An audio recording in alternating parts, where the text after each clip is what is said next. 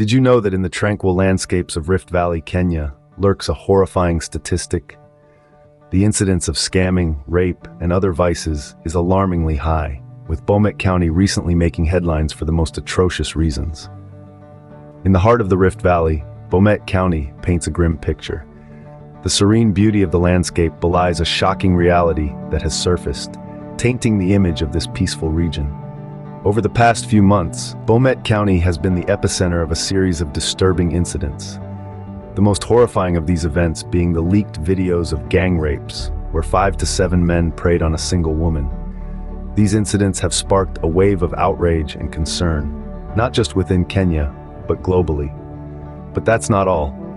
Alongside these heinous sexual assaults, the county is also grappling with a surge in scams and other criminal activities. From online fraud to street cons, the range of scams is as diverse as it is alarming. These vices have not only disrupted the lives of the victims, but have also instilled a sense of fear and insecurity in the wider community. These shocking events have thrust Bomet County into the limelight for all the wrong reasons. The residents of this beautiful region are now living under the shadow of these crimes, their tranquility shattered by the grim reality of their daily life. The recent incidents have cast a pall over the Rift Valley, transforming it from a peaceful haven into a hotbed of crime and violence. But as appalling as these incidents are, they are merely the tip of the iceberg. To truly understand the magnitude of the problem, we need to examine the root causes that have contributed to this surge in crime and violence. In order to address this issue effectively, we need to first understand the root causes. Let's delve into the contributing factors one by one. First up is the rampant access to drugs and alcohol in Rift Valley. This pervasive issue is more than just a health concern.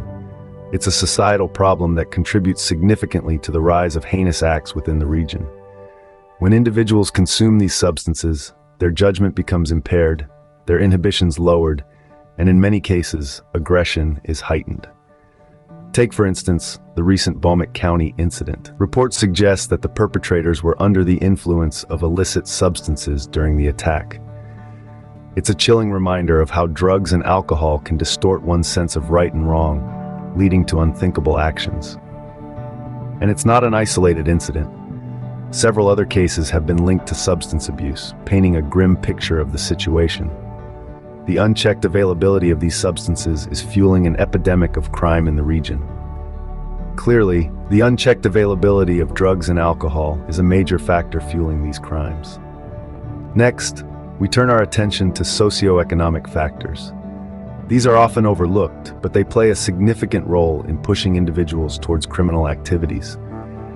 In areas where poverty is widespread, where unemployment rates are high, and where opportunities for growth and development are scarce, it's not uncommon to find individuals resorting to desperate measures to survive. For example, in Bomet County, where the shocking incidents of gang rape have recently occurred, a large percentage of the population lives below the poverty line.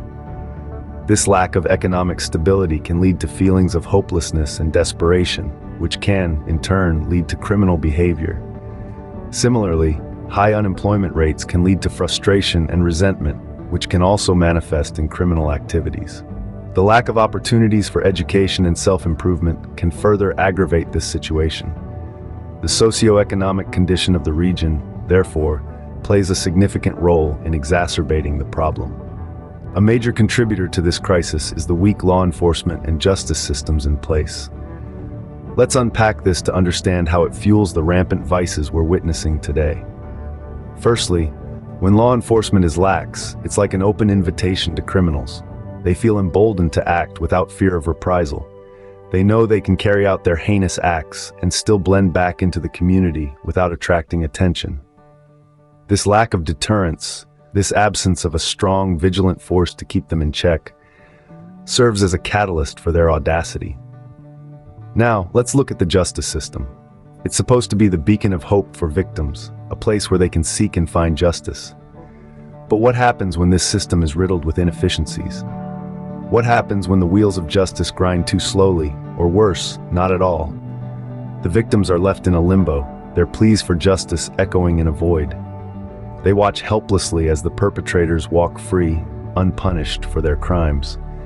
This lack of justice, this inability to hold criminals accountable, further fuels the cycle of vices. It sends a message that crime pays, that one can get away with such atrocities. Moreover, these inefficiencies in the justice system often stem from issues like corruption, lack of resources, and inadequate training. These systemic problems need to be addressed urgently to restore faith in the system. It's not enough to just catch the criminals. They must face the full force of the law. They must be made to pay for their crimes, to serve as a deterrent to others. Only then can we hope to curb these vices and create a safer environment for everyone. In conclusion, the role of strong law enforcement and an efficient justice system cannot be overstated. They are the backbone of a secure society, the guardians of law and order. Without a robust law enforcement and justice system, it becomes nearly impossible to curb these vices. The fear of social stigma and backlash often discourages victims from reporting these crimes. In a society where the blame is too often shifted onto the victim, the fear of judgment and blame can be paralyzing. This fear is not unfounded. It stems from attitudes that question the victim's actions, clothing, or decisions, rather than focusing on the perpetrator's wrongdoings. Moreover, there is a real fear of retaliation. Victims may worry that their assailant or their associates may seek vengeance, further endangering them. This fear is magnified when the perpetrator holds a position of power or influence within the community. Then there's the stigma associated with being a victim. In some societies, a person who has been assaulted may be viewed as tainted or spoiled, leading to social ostracization and further trauma. All these fears and stigmas discourage victims from speaking out, allowing the perpetrators to continue their crimes with impunity.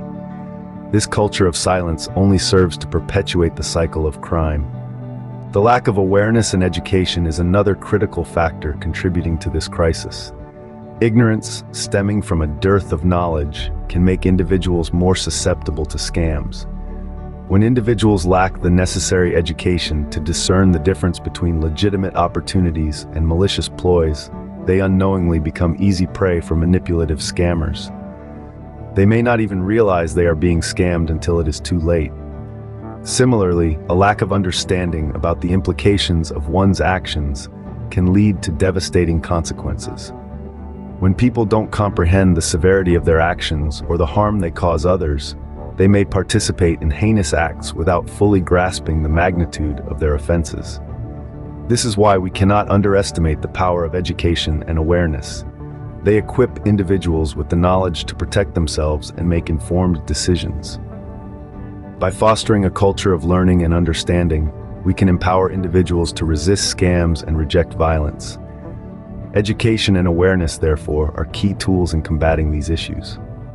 Finally, the undercurrent of conflict and instability in the region cannot be overlooked. The Rift Valley, a region of dramatic beauty, is unfortunately also a stage for ongoing tensions and disputes. These conflicts, often rooted in historical grievances and socio-political factors, create an environment of uncertainty and chaos. In this climate, crime, including horrific acts such as those we've been discussing, can find fertile ground to thrive. In areas riven by conflict, the normal checks and balances of society often falter. Traditional community structures break down. Trust erodes. As a result, individuals may feel they can act with impunity, or they may be driven to desperate acts under desperate circumstances. Furthermore, conflict often diverts resources and attention away from essential services like education, healthcare, and law enforcement. When these services are weakened or absent, it becomes even easier for unscrupulous individuals to exploit the vulnerable. And let's not forget about the psychological impact of living under constant stress and fear. This can lead to a sense of hopelessness and despair, making individuals more susceptible to manipulation and coercion. Moreover, the societal instability often leads to displacement of people, creating a mass of individuals who are vulnerable and easy prey for predators. The lack of a stable home or community leaves these individuals bereft of the usual protections that a stable society can afford. In addition, conflict can also foster a culture of violence.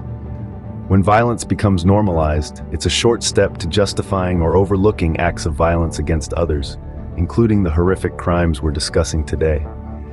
Until stability is restored, it will be difficult to make significant headway in addressing these issues. But remember, stability isn't just about ending conflicts. It's about building strong communities, providing essential services, and creating an environment where every individual feels safe and protected.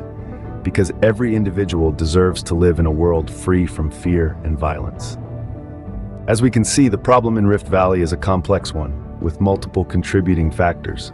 The abuse of drugs and alcohol, socioeconomic issues, weak law enforcement and justice systems, social stigma, fear of reporting, lack of awareness and education, as well as conflict and instability.